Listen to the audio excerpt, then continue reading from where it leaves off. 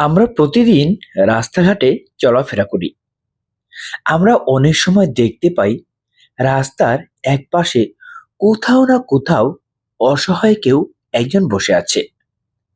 আমরা হয়তো সাথে সাথে অ্যাভয়েড করে চলে যাই।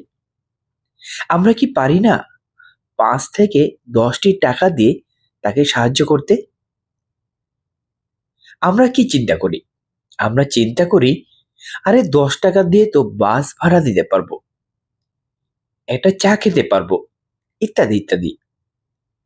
আবার কখনো কখনো এই ১০ টাকা দিতে গেলেও অনেক সময় আবার ছেঁড়া টাকাও দিয়ে থাকি। এই ৫-১০ টাকা দিয়ে সাহায্যটাই দান হিসেবে গণ্য হবে ইনশাল্লাহ।